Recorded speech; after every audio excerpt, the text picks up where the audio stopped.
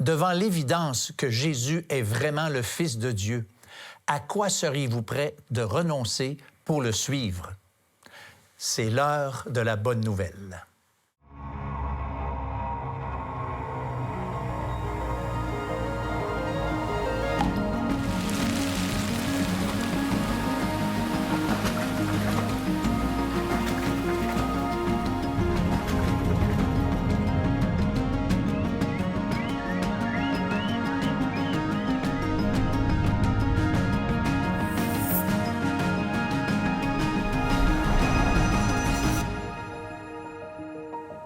Bonjour et bienvenue à l'heure de la bonne nouvelle. On termine aujourd'hui notre série « Le monde à l'envers selon Jésus », c'est-à-dire ces fameuses déclarations de Jésus qui sont absolument opposées à notre façon de voir et de penser et aussi à notre façon d'agir. Et j'ai avec moi Martin L'Hébreu. Alors, salut mon cher Martin. Salut François. Écoute, on est vraiment dans une série où on parle du monde à l'envers selon Jésus. Il y a plusieurs textes qui ont été vraiment élaborés pendant cette série, textes qui nous démontrent tellement clairement qu'on est vraiment à l'envers par rapport au monde de Jésus, le monde à l'envers selon Jésus. Et j'aimerais que tu nous précises aujourd'hui quel thème on va aborder dans cette dernière émission. Notre thème aujourd'hui, 2 voies, 2 destinées. Et c'est basé sur le texte de Matthieu 7, 13 et 14. Entrez par la porte étroite. En effet, large est la porte, spacieux le chemin menant à la perdition. Il y en a beaucoup qui entrent par là.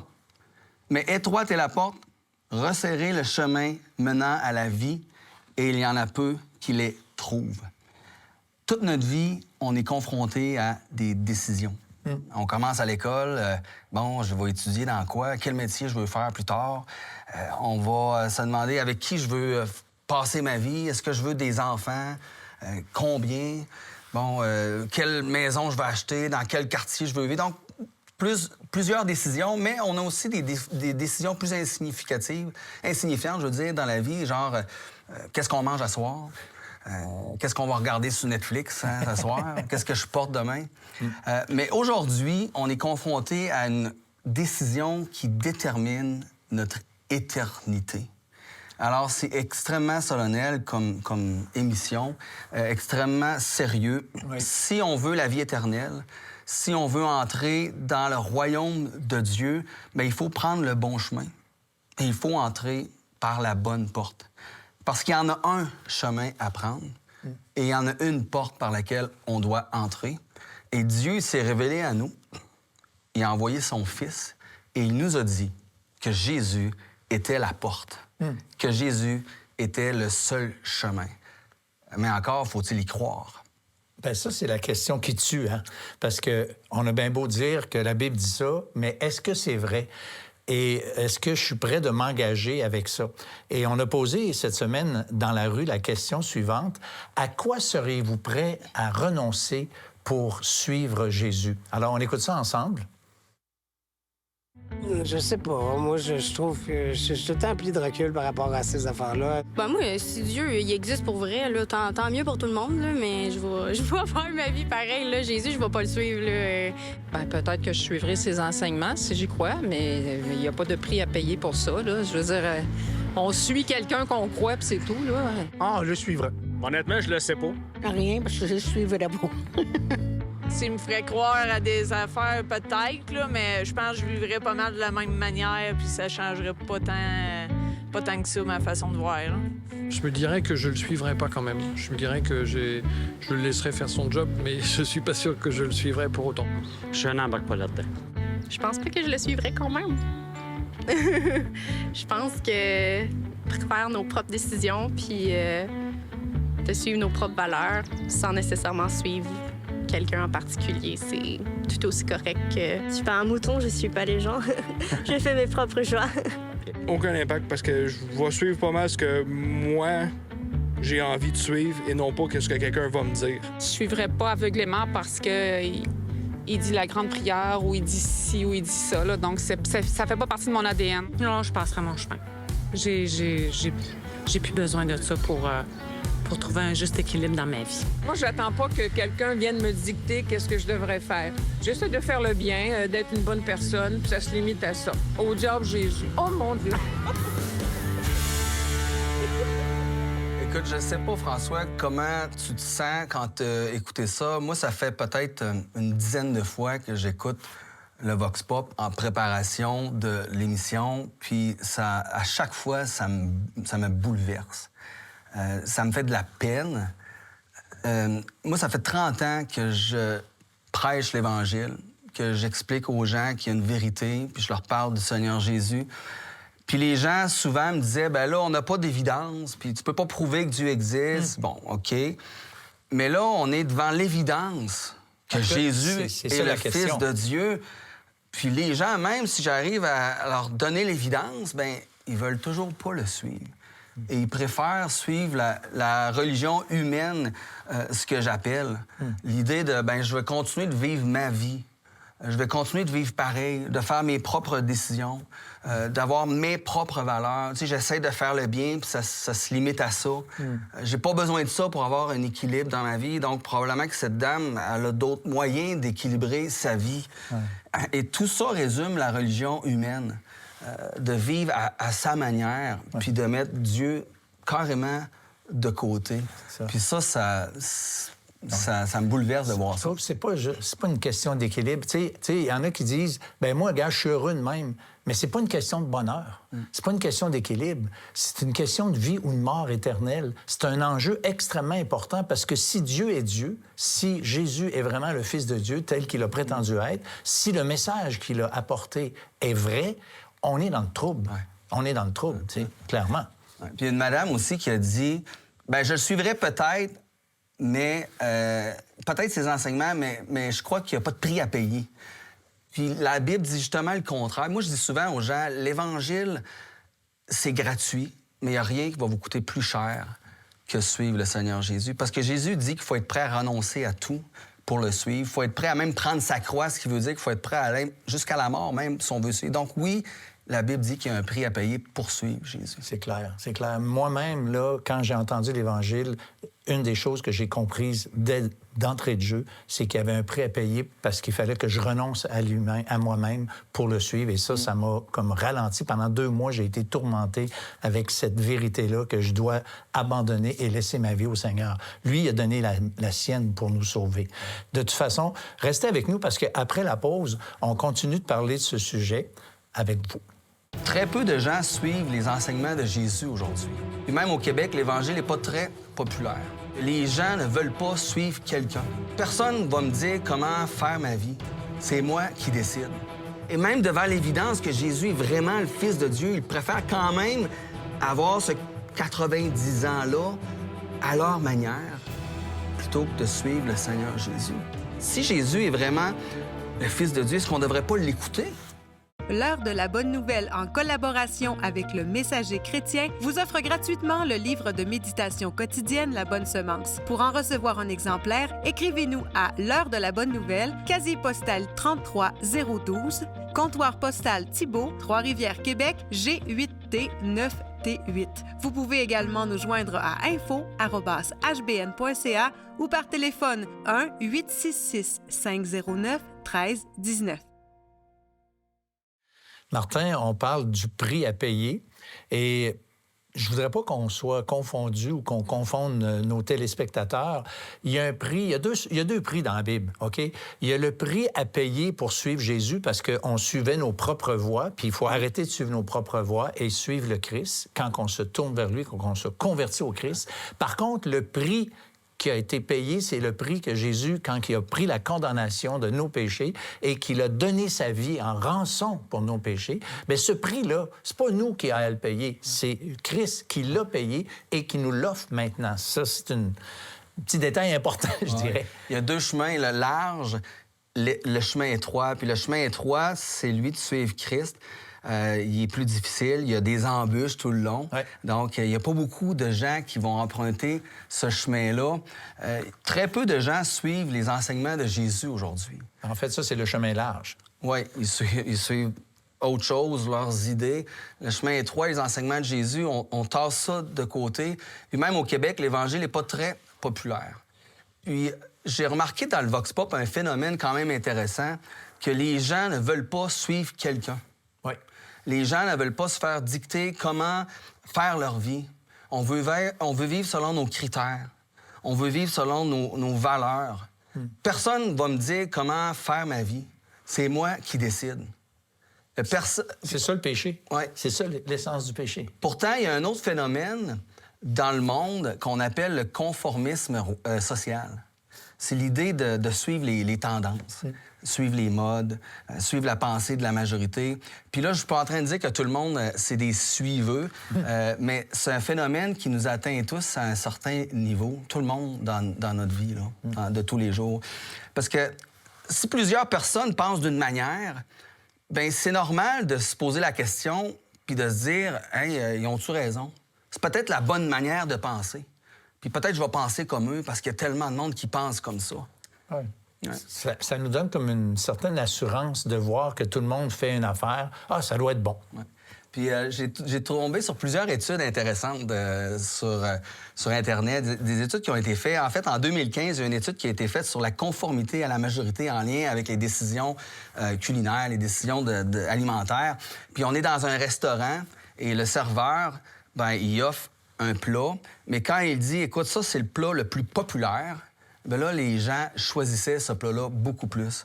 Puis je pense qu'on l'a tous vécu. Même moi, cet été, je m'en souviens, j'arrive dans un restaurant, c'est même pas le serveur. J'ai dit, c'est quoi ton repas le plus populaire que tout le monde veut manger ici? Ben, il dit, c'est ça. Ben, je dis, moi, c'est ça que je veux manger. Ouais. Je veux voir qu'est-ce que le monde aime, puis je veux voir si moi, j'aime ça. Mais même, Martin, mettons, quand tu vois un restaurant, mettons un nouveau restaurant là, dans ton coin, puis il y a du monde, ça fait la file. Qu'est-ce que tu vas faire? Ouais, c'est bon. Tu as envie d'y aller, là. Oui. Je veux dire, est-ce que c'est se conformer? Non, mais la foule, elle a comme un pouvoir d'attraction. Puis pas loin de chez nous, il y a un restaurant. Je te dirais pas quelle sorte de restaurant. Mais à chaque fois que je passe, j'ai l'impression qu'il n'y a jamais personne dans ce restaurant-là. Et ma femme et moi, on s'est dit, on n'ira certainement pas. C'est clair. Il y a une autre étude qui a été faite en 2004 sur l'influence sociale puis la collecte de fonds. Puis on a découvert que quand les gens étaient au courant qu'il y avait d'autres gens qui ont donné avant eux, bien, ils étaient plus enclins à donner de leur propre argent. Puis je sais pas si tu as vu quand on va, mettons, à Costco ou Maxi, puis ils font des collectes de fonds. Ils écrivent le montant, puis ils mettent ça sur le mur. Puis là, on voit tout ce qui a été donné, puis ça a une certaine influence sur les personnes.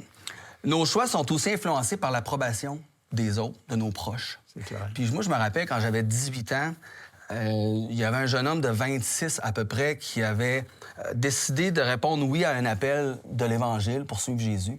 Et là, il était tout excité. Il va raconter ça à ses parents. Puis ses parents l'aidaient à payer pour son université. Puis quand ses parents ont entendu ça, ils ont dit... premièrement, ils n'ont pas approuvé, puis ils ont dit, écoute, on va te couper les vivres si tu ne sors pas de ce gang-là.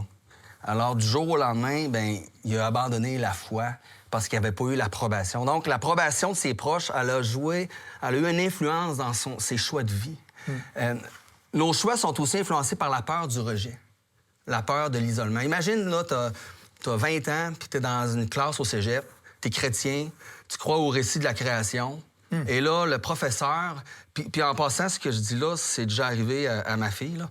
Le professeur va rire de la Bible, va rire du récit de la Genèse, la création, puis l'Arche de Noé, puis il se moque. Puis là, il va poser la question, est-ce qu'il y en a ici qui croient à ces âneries-là?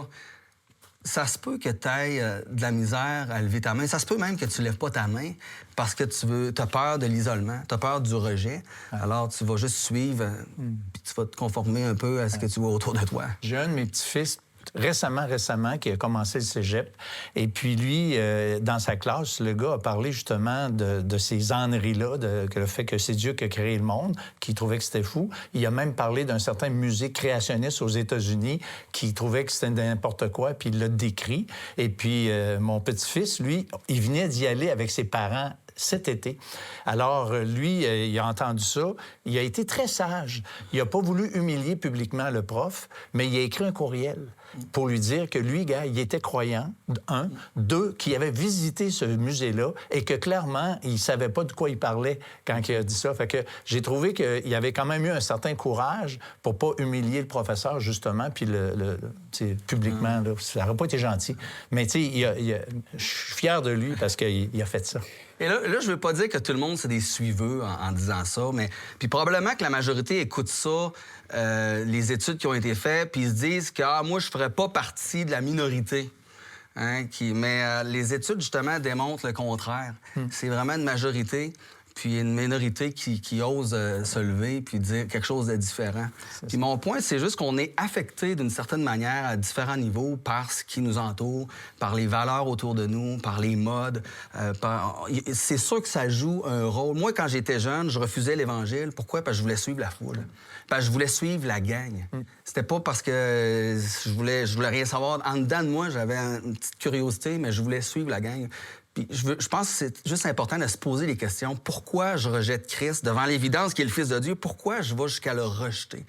Puis peut-être que la raison n'en est pas une bonne, nécessairement. Martin, on va voir après la pause, justement, un texte extrêmement solennel qui montre l'importance de prendre la bonne décision. Et on vous invite à rester avec nous parce que vous allez voir, c'est un texte de la Bible qui frappe énormément l'imaginaire.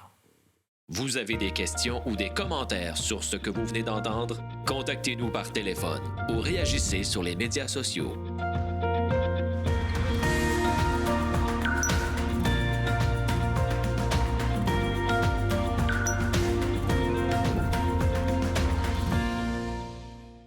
Martin, le sujet difficile, délicat qu'on va parler maintenant, c'est l'enfer. Ce qu'il y a dans l'au-delà. Qu'est-ce qui se passe l'autre bord?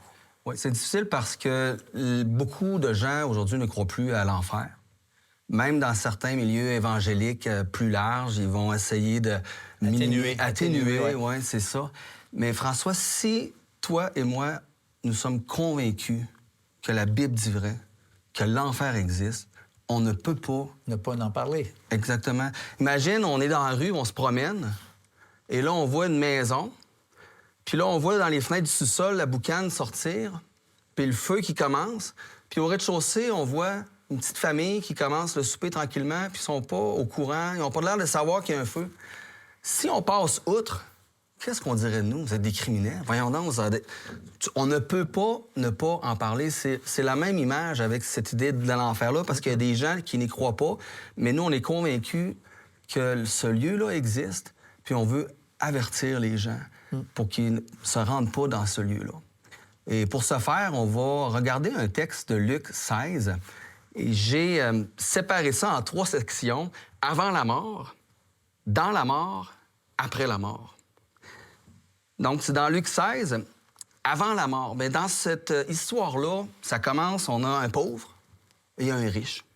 Il y a un pauvre qui n'a rien, il y a un riche qui a tout. Il y a un pauvre qui a besoin d'aide, il y a un riche qui n'a pas besoin d'aide et qui offre pas son aide non plus au pauvre. Le pauvre est en dehors, au froid. Le riche, dans sa maison, au chaud, bien. Ces 2 hommes-là, comme eux, on est arrivés, nous, dans ce monde. À un moment donné, on est nés dans différentes situations. Il y a des gens qui sont pauvres dans ce monde, il y a des gens qui sont riches. Donc, on est arrivés dans ce monde, dans des contextes différents, avec des défis différents. Mais c'est durant cette période, avant la mort, qu'on va tous déterminer notre éternité. Puis c'est notre choix qui va déterminer notre éternité. On est tous libres de faire le choix qu'on veut. Tout le monde est libre de croire en ce qu'il veut. Chacun sera responsable du choix qu'il aura fait. Et Dieu va un jour demander des comptes à tous. Il va demander des comptes aux pauvres et aux riches qui sont morts dans notre histoire. Mais chacun de nous, c'est maintenant que ça se passe, avant la mort. C'est maintenant qu'on détermine ce qui se passe au bord de notre éternité. Ouais, puis à l'heure de la bonne nouvelle, bien, on veut justement plus préciser, je vais dire, les choix qui sont devant nous, parce qu'on peut aussi ignorer certaines réalités. Puis le texte d'aujourd'hui nous en montre un avant-goût assez clair, mettons. Le deuxième point, au moment de la mort. Puis là, je vais lire Luc 16, 22 à 23. Le pauvre mourut et fut porté par les anges dans le sein d'Abraham. Le riche aussi mourut et fut enseveli. Dans le séjour des morts, il leva les yeux et en proie au tourment, il vit de loin Abraham et Lazare dans son sein. Donc, dans notre histoire, le pauvre et le riche meurent, puis tous les deux, automatiquement, ils s'en vont, chacun dans un lieu différent. Donc, le pauvre va dans la présence de Dieu, le riche va dans un lieu de tourment. Et c'est intéressant parce que le pauvre qui était à l'extérieur à grelotter est maintenant à l'intérieur réconforté. Et le riche qui était à l'intérieur décontracté est maintenant à l'extérieur tourmenté. Il ne faudrait pas, par exemple, conclure, pour ceux qui nous écoutent, il ne faudrait pas conclure que le riche est en enfer parce qu'il était riche, puis ni que le pauvre est dans le sein d'Abraham au ciel parce qu'il était pauvre. On ne sait pas quand, mais la mort s'en vient. On a tous un rendez-vous avec elle. Tout le monde. Puis ça s'en vient plus vite qu'on pense. Et moi, je pose la question, si la Bible dit vrai, moi, je crois que la Bible dit vrai. Toi aussi. Mais si la Bible dit vrai, notre vie de 90 ans est rien à côté de l'éternité. C'est clair. Mais on a entendu dans le Vox Pop à quel point les gens voulaient vivre comme bon leur semblait, à leur manière, selon leurs valeurs, selon leurs propres choix. Et même devant l'évidence que Jésus est vraiment le Fils de Dieu, ils préfèrent quand même avoir ce 90 ans-là à leur manière, plutôt que de suivre le Seigneur Jésus. Mais si Jésus est vraiment le Fils de Dieu, c'est pour ça que j'étais bouleversé en entendant ces réponses-là, parce que si Jésus est vraiment le Fils de Dieu, est-ce qu'on ne devrait pas l'écouter? C'est lui qui a parlé le plus d'enfer. Est-ce qu'on ne devrait pas avoir la réaction de dire, mais finalement, Dieu, Jésus, tu es vraiment le Fils de Dieu? Ben oui, j'écoute. Qu'est-ce qu'il y a? Comment je peux éviter, parce que tu en as parlé de l'enfer, comment je peux éviter ce lieu-là?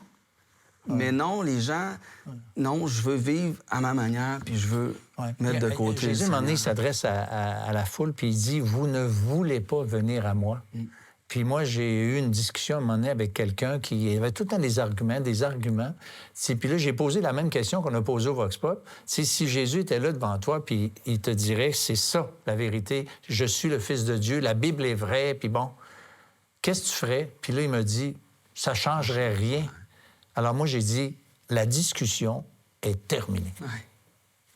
Puis tu veux pas, c'est correct. Alors, avant la mort, c'est là qu'on prend cette décision importante pour l'éternité. Au moment de la mort, bien, automatiquement, on va aller soit devant Dieu ou être séparé de lui. Puis après la mort. Et là, le texte nous dit que le riche, il voit Abraham de loin et à Lazare. Et on peut lire au verset 24 de Luc 16. Il s'écria, « Père Abraham, aie pitié de moi et envoie Lazare pour qu'il trempe le bout de son doigt dans l'eau et me rafraîchisse la langue, car je souffre dans cette flamme.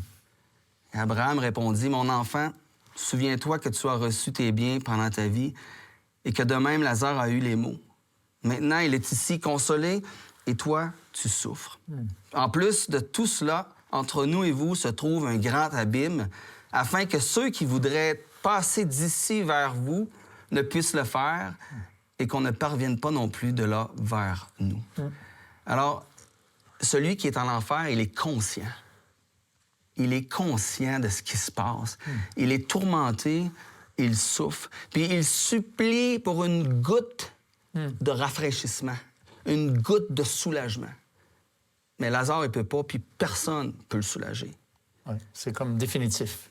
Puis il se rappelle de sa vie sur la terre. Il se rappelle peut-être des occasions manquées où il aurait pu dire oui à l'Évangile, puis qu'il a rejeté, qu'il a dit non, mais il est trop tard.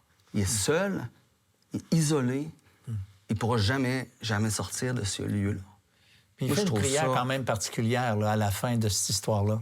Oui, c'est vrai. En conclusion, il va demander, il aimerait ça, en fait, envoie quelqu'un, s'il te plaît, dire à mes frères qu'est-ce qui se passe ici.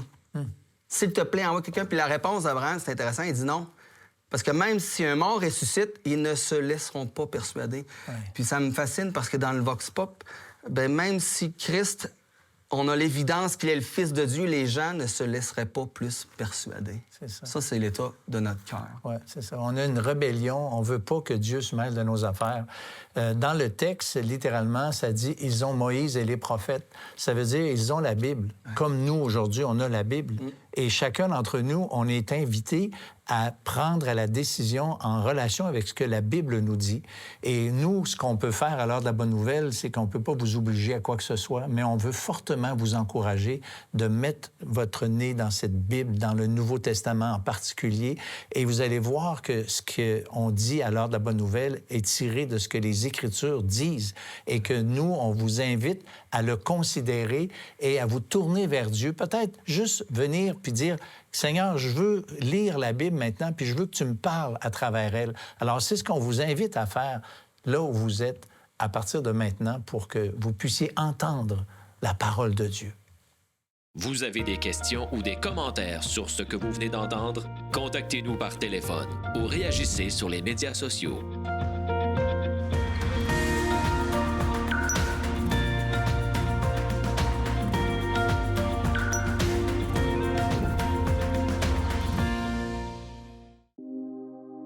L'Évangile.net est une plateforme interactive qui vous aide à lire l'Évangile selon Jean, une biographie du personnage central de la Bible, Jésus. Avec l'accès à des commentaires pertinents et des vidéos explicatives, l'Évangile.net vous aidera à connaître qui est Jésus ainsi que les fondements du christianisme. Téléchargez gratuitement l'application mobile l'Évangile.net sur l'App Store ou Google Play. Martin, on est conscient que le sujet qu'on a traité aujourd'hui dans cette émission-là, c'est pas un sujet facile.